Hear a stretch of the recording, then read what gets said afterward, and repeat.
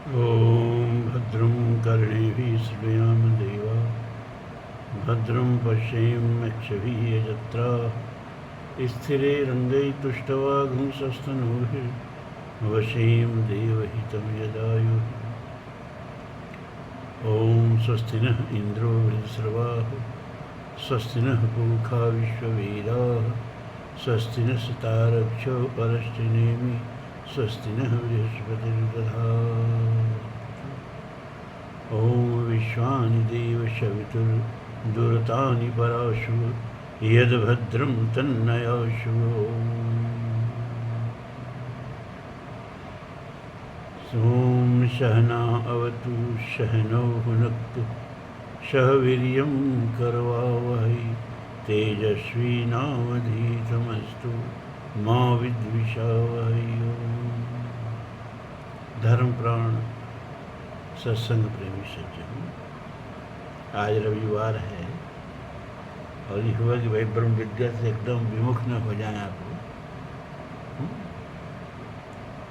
यह ब्रह्म विद्या चलती रहे, क्योंकि जिन चीज़ों को आप लोग बड़े मन लगा के सुनते हैं ना, सब इसी ब्रह्म विद्या का दुहाई देते हैं। अभी भागवत सुना आप लोगों ने मिश्रा जी के यहाँ, वो भागवत भी इसी की दुहाई देता है। निगम कल्पतरोर्गलितम फलम, निगम कल्पतरोर, सीधे सीधे बोलता है कि मैं तो वेद रूपी वृक्ष का पका हुआ फल हूँ। तो अपनी प्रामाणिकता के लिए श्रीमद् भागवत भी आश्रित है, मुखापेक्षी है, दुहाई देता है वेद की। और रामचरितमानस भी इसी को दूसरे के मन, भागवत और मानस मन लगा के सुनते हैं आप लोग गाना बजाना के साथ। तो रामचरितमानस भी दुहाई देता है, नाना पुराण निगमागम निगम आगम सम्मतम यद, निगम आगम सम्मत मेरा मेरा ये रामायण उससे अलग नहीं है। तो जब सब जिसकी दुहाई देते हैं, हमने कहा चलो उसी की तरफ चलते हैं, तब मूल को ही पकड़ते हैं, दुहाई देने वालों को क्या पकड़ें। एक कथा याद आ गई, कथा तो सब भागते ही रहते हैं, लेकिन एक कथा याद आ गई आज, दुहाई देने की कथा। पहले का दिन था, पहले एक गांव से दूसरे गांव के बीच में जंगल हुआ करते थे। अब जिनकी उम्र इसमें 70 से ऊपर होगी उनको वो याद होगा। एक गांव से दूसरे गांव में जाओ, बीच में एक पलाश का जंगल जरूर पड़ता था, और इस तरह से सड़कें नहीं थी, पगडंडी पकड़ पकड़ के एक गांव से दूसरे गांव में जाना पड़ता था। एक बार एक आदमी अपनी बहू को विदा कराने ससुराल से विदा करा के लेके चला। पीछे पीछे उसकी बहू गहने में लदी हुई, भले वो मोटे मोटे छागल चांदी के चलते थे, औरतें तो छमछम बजा करता था।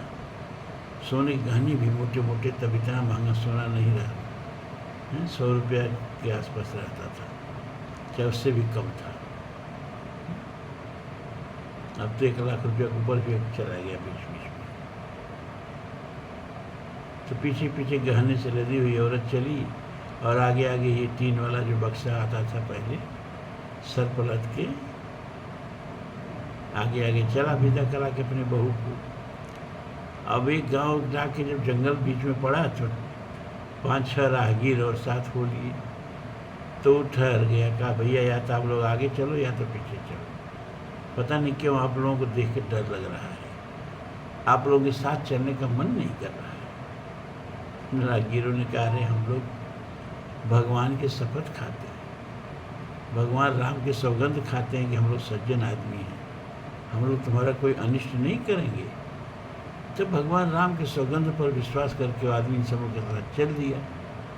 लेकिन जब बीच जंगल में सब पहुँचे तो वो सब लुटेरे थे, राहजन थे, और उन्होंने वो बेचारा जो बक्सा लेके आगे के चल रहा था उसको मार दिया, गला दबा के और उससे बक्सा छीन लिया और औरत का सब गहना उतरवा लिया और औरत को मारे नहीं, सब इसको चल के बेचा जाएगा बेश्यालय में, कुछ पैसा और मिल जाएगा, इसका भी पैसा मिल जाएगा। लेके चला। औरत रोती हुई जाती थी, जा रही थी पीछे पीछे और पीछे पीछे मुड़ के देखती जाती थी। तो लोगों ने कहा, अरे पागली, तुम्हारे सामने तुम्हारे पति को हम लोग मार दिए गला दबा के, उसकी जीभ निकल आई, आंखें उलट गई, वो मर गया, अब क्या पीछे मुड़ मुड़ के देख रही हो? अब कोई आने वाला नहीं है तुम्हें बचाने के लिए।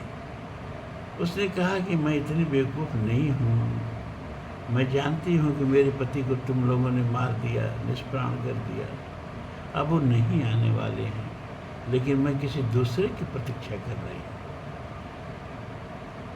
किसी दूसरे की प्रतीक्षा? किसकी प्रतीक्षा कर रही हूँ? क्या वो जिसकी सौगंध पर मेरा पति विश्वास करके तुम लोगों के साथ चल दिया। वो सौगंध वाला कहाँ रह गया?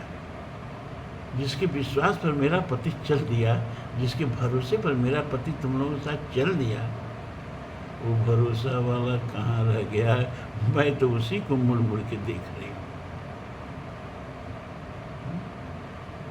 इतना कहना था कि प्रभु हनुमान जी प्रकट हुए, उन राहगीरों को वार करके औरत को मुक्त कराए, उसके पति को भी जिंदा कर दिए। तो भरोसा, विश्वास, साक्षी। भागवतकार कहता है, भैया मैं वेद की साक्षी दे रहा हूँ, मैं जो कुछ कह रहा हूँ वेद सम्मत है। अगर विश्वास न हो तो वेद पढ़ लेना। वेद कौन पढ़ने जा रहा है? फल खा के लोग मगन हैं, पानी देने वृक्ष में कौन जा रहा है? तो ये है साक्षी। कौन? सारे रामायण का, 18 पुराण का, सभी प्रकार के रामायणों का, सभी प्रकार के धार्मिक ग्रंथों का प्रमाण क्या है? कि ये वेद है, ये उपनिषद है जो आप सुन रहे हो, इसके सम्मत है, इसके अनुकूल है तो सही है, नहीं तो गलत है। गीता भी सर्व उपनिषदों गाओ दोग्धा गोपाल नंदना, इसी उपनिषद की दुहाई देती है गीता। तो ये उपनिषद हुआ कि एकदम छूट न जाए। महाभारत सुनते रहिए, रामायण सुनते रहिए, क्योंकि कथाएं रोचक लगती हैं, लेकिन कथाओं से काम तो चलेगा नहीं। तत्वबोध से ही काम चलेगा। एक बात की और बहुत खुशी हमको ये है, मुझे पता चला है कि मेरे एक सप्ताह की अनुपस्थिति में सत्संग का जो माला है, मनिया है, बिखरी नहीं, टूटी नहीं, आप लोग सत्संग में आते रहे। तो मुझे ये भरोसा हो गया कि अब सत्संग ये कभी ख़त्म नहीं होगा, चलता रहेगा। हम रहें, हम नहीं भी रहें, इतना तो दे के जाएंगे कि जीवन भर आप लोग सत्संग करेंगे और प्रवचन की कमी नहीं पड़ेगी। 450 एपिसोड अब तक बन चुके हैं। भगवान ने थोड़ी उम्र और दे दिया, हजारों एपिसोड मतलब एपिसोड दे के जाएंगे। सुनते रहे, सुनते रहे। आप चाहेंगे तो सत्संग की माला टूटेगी नहीं, प्रवचन की कमी नहीं पड़ेगी। इतना प्रवचन दे के जाऊँगा, इतना कुछ आप लोगों को दे के जाऊँगा, और मुझे विश्वास है कि आप लोग टूटने नहीं देंगे। ये जो एक सप्ताह जैसे झेल गए, वैसे ही वर्षांतर तो भी झेल जाएंगे। अच्छा लगा। तो आज रविवार है ना, आज उपनिषद का दिन है, ब्रह्म विद्या का दिन है। हो सकता है कि आप लोग यहाँ कल जाए, कल ही पहुँचेगा, हो सकता क्या है। तो चलिए श्वेताशतर उपनिषद का 6वां मंत्र लेते हैं। सर्वा जीवे सर्वसंस्थे बृहन्ते अस्मिन् हंसो भ्राम्यते ब्रह्मचक्रे पृथगात्मानं प्रेरितारं च मत्वा जुष्टस्ततेनामृतत्वमेति।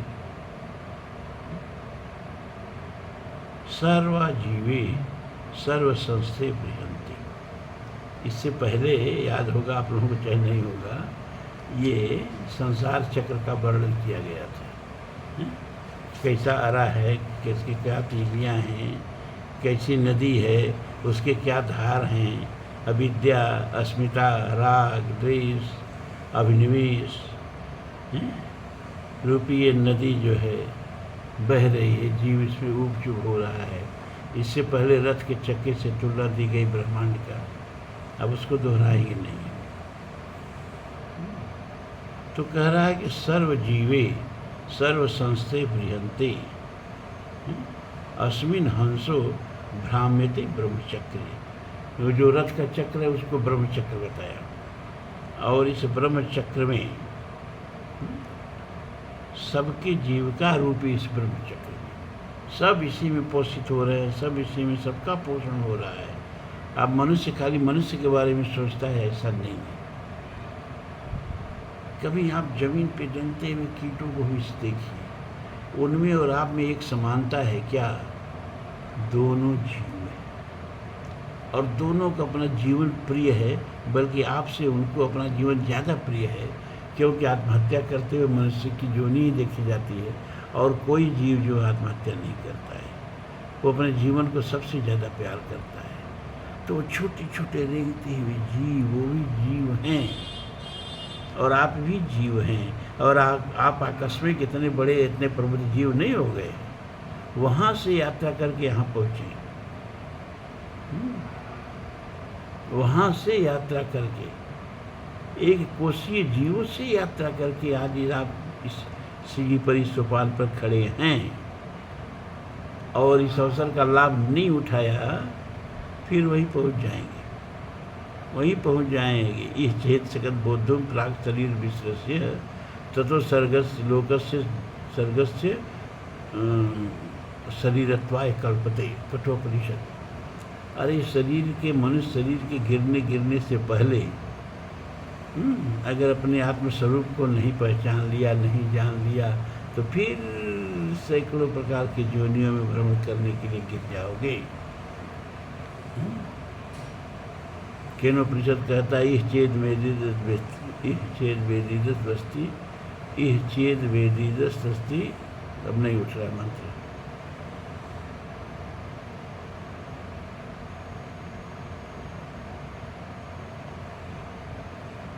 नहीं तो तमाशा है। कह रहा है कि अरे शरीर के रहते रहते ब्रह्म तत्व को जान लिया, आत्म तत्व को जान लिया,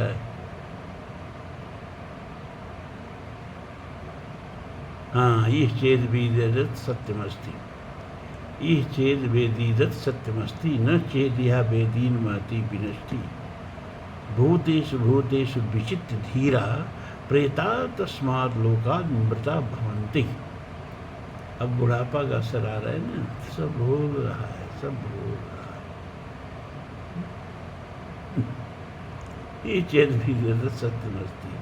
अरे ये शरीर के गिरने से पहले पहले अगर चेत गया, परमात्मा तत्व को जान लिया, अपने आत्म तत्व को पहचान लिया, तो समझो मनुष्य शरीर पाने का सारा प्रयोजन सिद्ध हो गया। और इसी तरह भोग करते हुए बीत गई जिंदगी, तो फिर इतना बड़ा घाटा हुआ कि कोई व्यापार उस घाटे को पूरा नहीं कर सकता। 84 लाख योनियों का भ्रमण भी उस घाटे को पूरा नहीं कर सकता। ये प्रकृति का संयोग है, लेकिन आकस्मिक रूप से मनुष्य शरीर आपको नहीं मिल रहा, इतना आप जान लीजिए। वहाँ से यात्रा करके, युगांतर की यात्रा करके, बहु नाम जन्म नामंते, अरे बाप रे बाप, कितनी जन्म बीत गए। कमाऊँ कर करुणा नर देई, देत ईश बिन हेतु सनी, साधन धाम मोक्ष कर द्वारा, पाइन जी पर लोक सवारा, सो परत्र दुख पावई, सिर धुन धुन पछताई, अरे काल ही कर्म ही ईश्वर ही मिथ्या दोष लगा।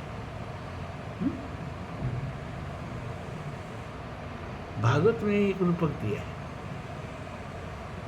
काल रूपी सर्प का रूपक दिया है, कि जैसे सांप है ना, मेढक को जब पकड़ता है तो जब पकड़ने जाता है ना तो वो मेढक उछल के भागता है। उसकी आगे की टांगें तो छोटी छोटी होती हैं, लेकिन पीछे की टांगें काफ़ी लंबी लंबी होती हैं। तो पीछे की टांग सर्प के मुंह में पकड़ा जाती है और वहीं से वह सर्प उसको धीरे धीरे निगलने लगता है। सर्प की भी एक विशेषता होती है, उसके दांत पीछे की तरफ मुड़े होते हैं। वो पेट की तरफ निगल सकता है, उगल नहीं सकता। दिक्कत ये पड़ती है, तो वो निगल रहा है। काल भी यही है, काल निगल तो सकता है, उगल नहीं सकता है। तो शिशु के जहाँ जन्म हुआ तुरंत काल रूपी सर्प ने उसका पैर पकड़ लिया और धीरे धीरे निगल रहा है। उसका शैशवावस्था निकला, बालकपन अवस्था निकला, युवा अवस्था निकला, अधेड़ा अवस्था निकला, अब वृद्धावस्था आ गई है। और वह मेढक जो है वो पूरे गले तक सर्प के पेट में चला गया है। अब पूरी तरह जाने ही वाला है कि अगर उसके सामने से कोई कीड़ा उड़ के जाता है ना तो मेढक अपनी लंबी सी जीभ से उसको पेट में डाल देता है। अपने सर्प के पेट में जा रहा है और कीड़े को अपने पेट में डाल रहा है। इसी तरह से हम देखिए, अपने को देखिए, सबको देखिए। कहाँ गया आपका वो बालकपन, कहाँ गया यौवन, कहाँ गई अधेड़ावस्था, आ गई वृद्धावस्था। सब काल निगल लिया, सब काल निगल लिया। अब बस गले तक बचा है, लेकिन भोग में कमी नहीं। तुलसी लिखते हैं मानस में, अरे बै खानस सोई सोचे जोगू, अरे तप बिहाय भावे जय भोगू। इस उम्र में आके भी अगर संसार को बात नहीं अच्छा लग रहा है तो वो व्यक्ति सोचनीय है। आप लोग सोचनीय नहीं हो, इसलिए इस उम्र में ही सही सत्संग में रोज आकर के बैठ जाते हैं। गाना बजाना को सत्संग नहीं कहते, इतना भी आप जान लो। जो आँख में उंगली डाल करके यथार्थ जीवन का दर्शन न करा दे और सोचने पर मजबूर न कर दे, अरे बाप रे बाप, इतना व्यर्थ जीवन बीत गया, जन्म गयो बर्बाद है बीती, इतना मनुष्य शरीर पा करके अब बिना परलोक समारे सारा भोग करते हुए जीवन बीत गया। सत्संग उसको कहते हैं जो आँख में उंगली डाल के दिखा दे आपको। तो सर्वजीवे सर्व संस्थे बृहंते अस्मिन् हंसो भ्राम्यते ब्रह्मचक्रे। इस सबके जीविका रूपी, सबके आश्रयभूत विस्तृत ब्रह्मचक्र में हंस माने जीवात्मा, भ्राम्यते माने घुमाया जाता है। ब्राह्मण सर्वभूतानि यंत्रारूढ़ानि माया, गीता में भगवान कहते हैं।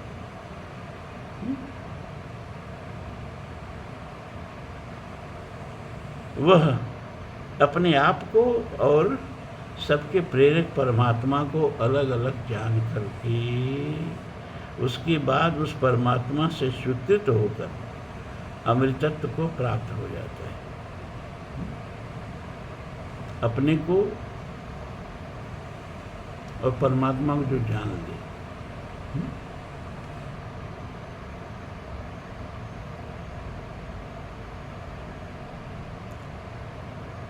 और फिर परमात्मा के प्राप्ति के लिए प्रयास करें, भजन से, उपासना से, सत्संग से परमात्मा को प्राप्त होने के प्रयत्न करे।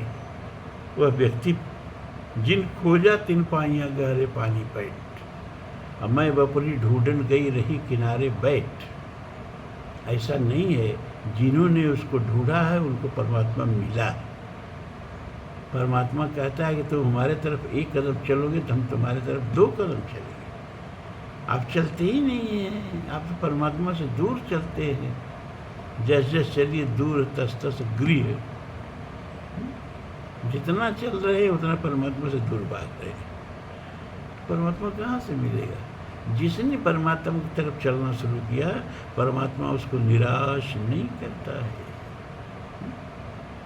तो परमात्मा को जान करके अमृतत्व भाव को प्राप्त हो जाता है। ये जो क्षण धर्मा शरीर है, इससे मुक्त होकर के अभी हम शरीर रूप हैं, हम कहते रहें कि आप आत्मा है कहते रहने से क्या होगा? आत्मा के कोई बिंब बनता है आपके अंदर? नहीं बनता है। जब आपको पूछा जाता है कि आप कौन हैं, तो पूरा आपका शरीर आपके दिमाग में पहुंच जाता है, मैं ये शरीर हूँ, मेरा ये नाम है, मेरा ये कद है, मेरी ये हाइट है, मेरा ये पद है और मेरी ये हैसियत है। यानी वही सारी चीज़ें याद आती हैं जो आपकी नहीं है, जो एक दिन आपसे छीन जाने वाली है। और जो आप है उसका तो याद ही नहीं आता है। आप कौन हैं? तो आप शरीर है। इस शरीर नश्वर शरीर से मुक्त होकर के आत्मबोध जब हो जाता है तो नायम आत्मा, फिर आत्मा न मरती है, न जायते मृते वा कदाचित्, नायम भूत्वा भविता वा न भूय, अजो नित्य शाश्वतोयम पुराणो न हन्यते हन्यमाने शरीरे।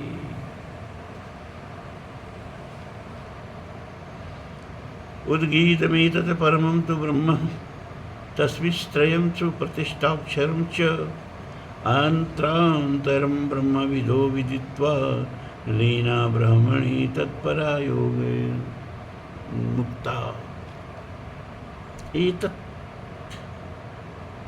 उद्गीतम, उद्गीत कहते हैं वेद में द्वारा गाया हुआ, यह वेद वर्णित परम ब्रह्म। भागवत को किसने बताया कि ब्रह्म होता है? वेद ने। रामचरितमानस को किसने बताया कि ब्रह्म होता है? वेद ने। ये सब वेद की दुहाई देते हैं, वेद से ही जानते हैं।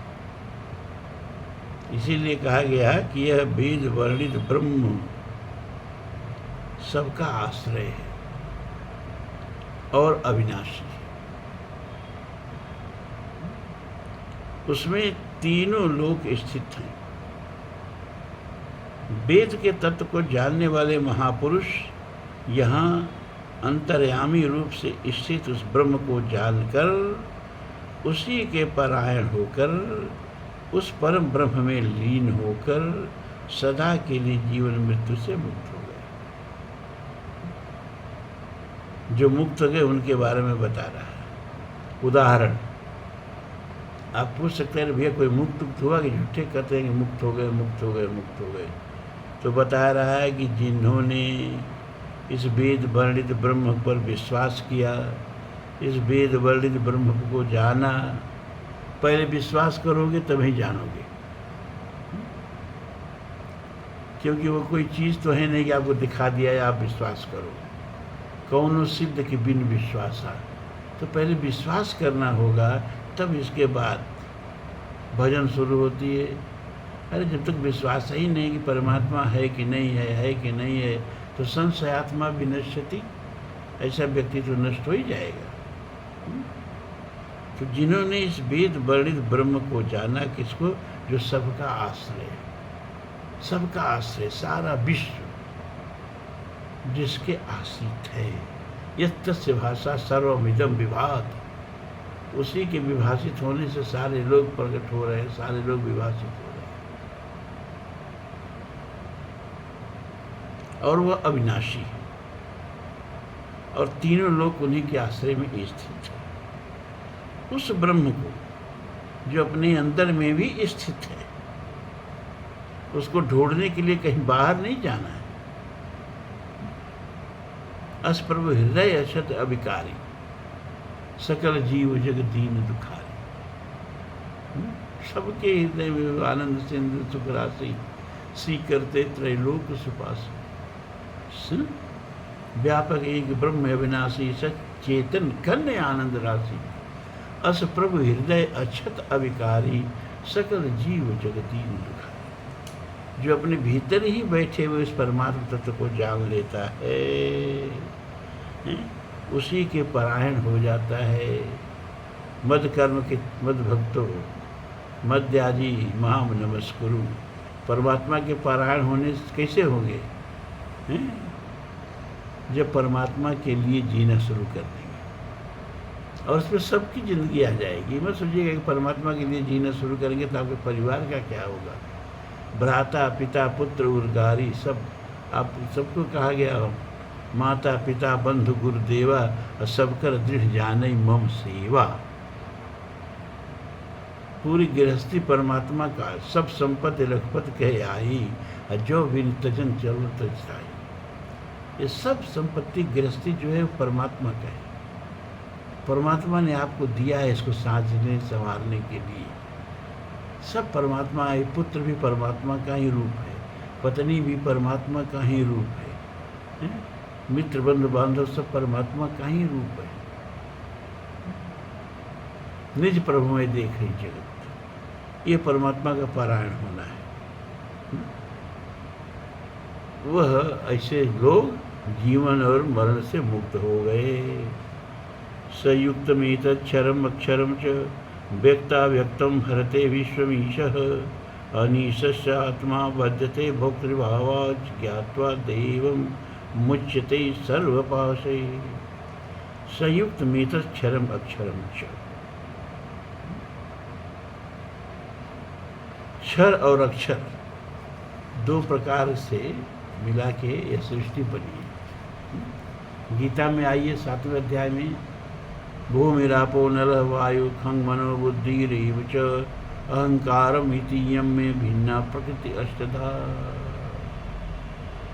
अप्रियम तन्वाम प्रकृतिम विद्ध में पराम जीवभूताम महाबाहो यदेदम धार्यते जगत।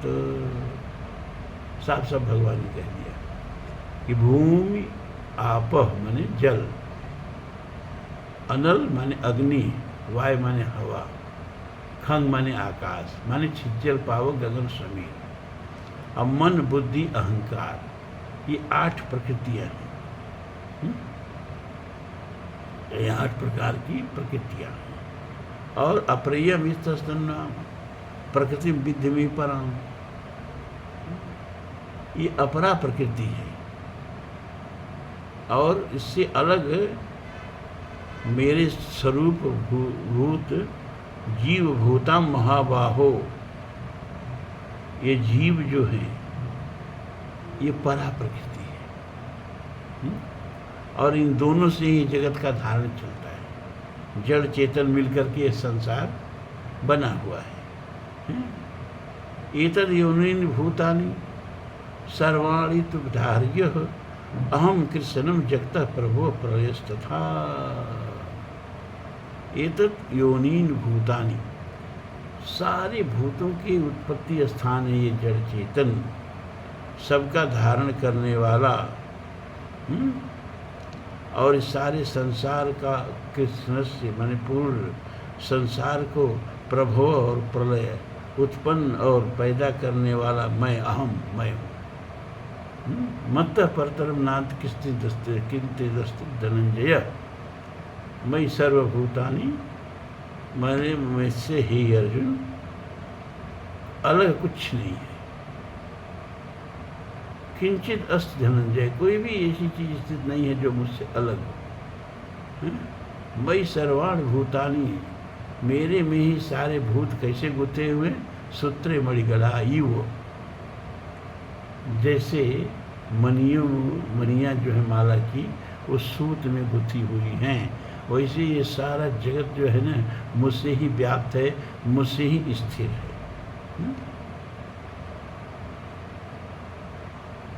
ईश्वर सर्वभूतानां हृदयसी अर्जुन तिष्ठति, भ्रामयन् सर्वभूतानि यंत्रारूढ़ानि माया, यंत्रारूढ़ानि माया। ईश्वर तो सबके हृदय में स्थित है, उसको ढूंढने पाने के लिए कहीं दूर जाना ही नहीं। लेकिन सारे प्राणी जो है माया रूपी इस चक्र पर चढ़ करके, चरखी पर चढ़ करके घूम रहे हैं और अपने ही हृदय में बैठे हुए ईश्वर से साक्षात्कार नहीं कर रहे हैं।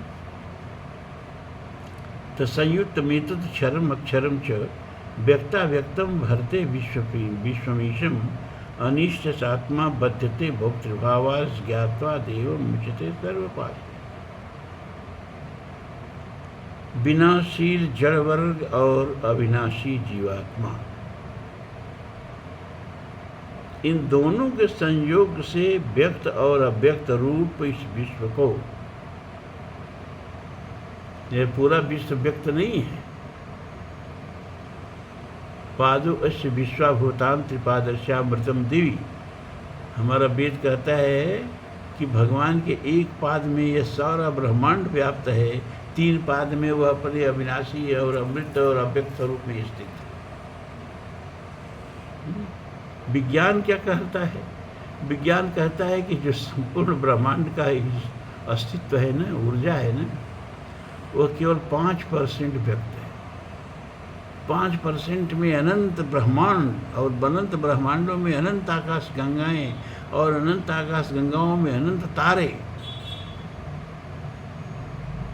पता नहीं ब्रह्मांड का कितना बड़ा आपके दिमाग में बिंब बन रहा है। ये सब 5% है। अपनी आकाश गंगा जिसकी लंबाई 1,00,000 प्रकाश वर्ष है। 1,00,000 प्रकाश वर्ष का मतलब 96 खरब 94 अरब किलोमीटर प्रकाश एक साल में चलता है। इस तरह से चले तो आकाशगंगा की एक छोर से दूसरे छोर तक जाने में, इस वेग से चले, उसको 1,00,000 वर्ष लगेंगे। 28,000 वर्ष इसकी चौड़ाई है, और इसमें 400 अरब सूरज है। यह छोटी आकाशगंगा है। इसकी पड़ोसी एंड्रोमेडा जो है, इससे बहुत बड़ी आकाशगंगा है। ऐसी 3 ट्रिलियन आकाशगंगाओं का अब तक विज्ञान पता लगा चुका है अपने ब्रह्मांड में। 93 अरब प्रकाश वर्ष के वृत्त में जो ज्ञात ब्रह्मांड है उसके बारे में। अज्ञात की तो बातें छोड़ दो। ये सारा जो व्यक्त ब्रह्मांड है वह एग्जिस्टेंस का, अस्तित्व का, जो अपने को अव्यक्त कर रहा है, मैनिफेस्ट कर रहा है, उसका केवल 5%। अभी 95% अव्यक्त है। उसी को कह रहा है कि व्यक्ता व्यक्तम, यानी व्यक्त और अव्यक्त, ये क्षर और अक्षर, ये जितना भी ब्रह्मांड है मिला जुला के, ये सबका जो है भरते माने धारण कौन करता है, पोषण कौन करता है? परमात्मा। परमात्मा अनिशस्य आत्मा बध्यते भोक्तृभावा ज्ञात्वा देवं मुच्यते सर्वपाशे। जीवात्मा जो है इस जगत के विषयों का भोक्ता बने रहने के कारण प्रकृति के अधीन असमर्थ हो जाता है। प्रकृति के पास में बंध जाता है, और पराधीन सुख सपने बनाए नाना प्रकार के दुख प्राप्त करता है। लेकिन उस परम देव परमात्मा को जान करके फिर वह सारे प्रकार के दुखों के बंधन से, प्रकृति के बंधन से मुक्त हो जाता है। ज्ञाग्यो द्याव जीवन जीव ज्ञाग्यो द्याव जीवा निशा वजा हेका भोक्तृभोगार्थ युक्ता अनंतश्चात्मा विश्वरूपो हि कर्ता त्रयं यदा विन्दते ब्रह्मते तत् ब्रह्मेतत्। ज्ञाग्यो, ज्ञ धन अज्ञ से ज्ञाग्यो बना है। ज्ञ धन अज्ञ, ज्ञ माने ज्ञानी यानी परमात्मा, और अज्ञ माने जीवात्मा। ज्ञाग्यो सर्वज्ञ और अज्ञानी, ईश अनीशो सर्वसमर्थ परमात्मा और असमर्थ जीव, ये 2 अजन्मा हैं। ईश्वर अंश जीव अविनाशी, चेतन अमल सहज सुख राशि। जैसे ईश्वर अविनाशी वैसे तुम भी अविनाशी हो। द्वा सुपर्णा सयुजा सखाया समानम वृक्षम परिशस्व जाते। आगे आएगा, आगे मंत्र आएगा। द्वाव द्वाव 2 अजा अविनाशी, दोनों अजा माने अजन्मा और अविनाशी है। लेकिन भोक्तृभोग्यार्थ युक्ता, इनके सिवा एक तीसरा जो है वो भोग्या माने भोग्य वस्तु है, वह है प्रकृति, वह भी अजन्मा है। उपनिषद कहता है ना, अजा में को रोहित शुक्ल कृष्णाम बहवी प्रजा सृजमाना स्वरूपा। एक प्रकृति है, बहुत जन्म देने वाली, बहुत रूप धारण करने वाली अजन्मा है। ये जीव को लुभा करके अपने पास में बांध लेती है और परमात्मा से दूर कर देती है। यही परमात्मा की माया है।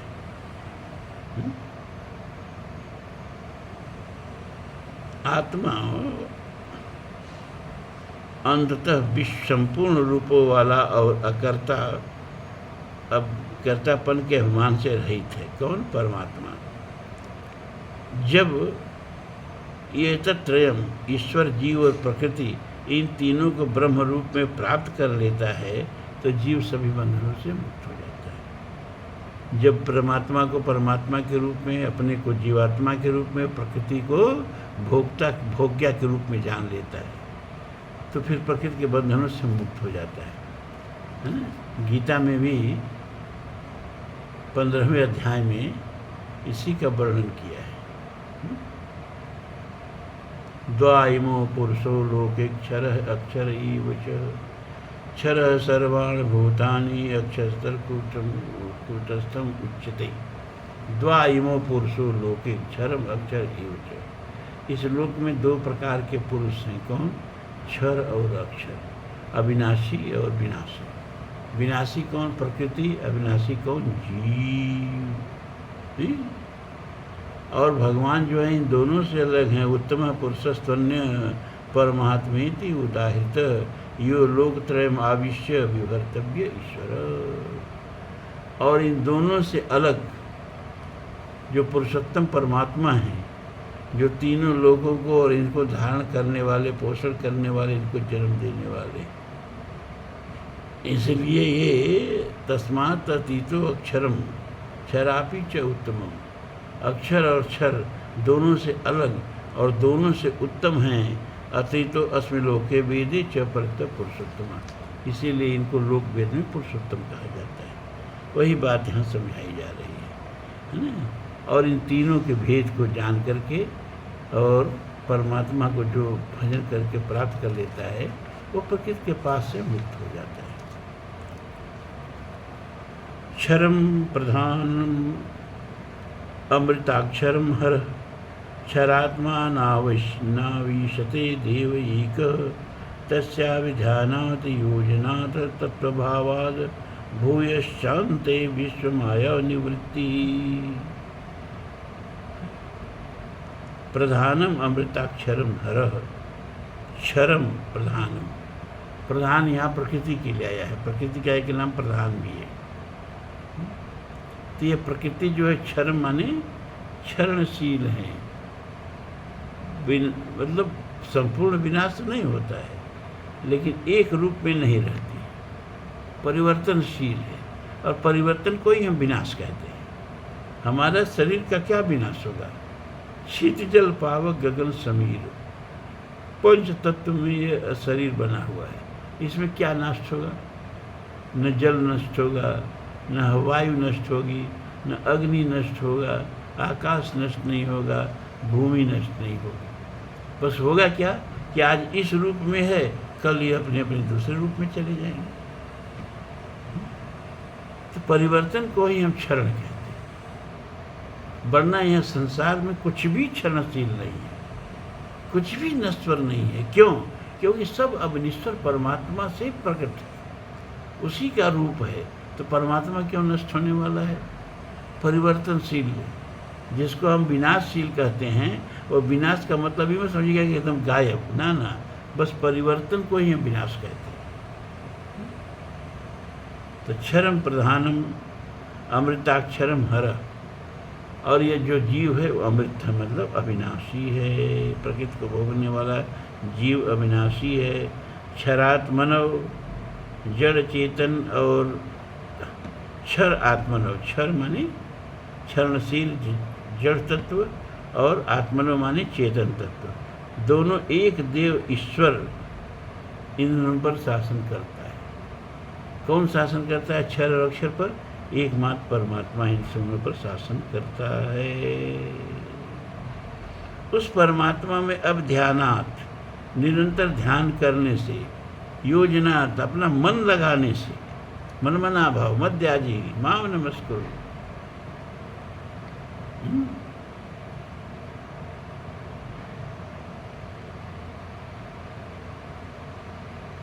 सब परमात्मा के लिए करो।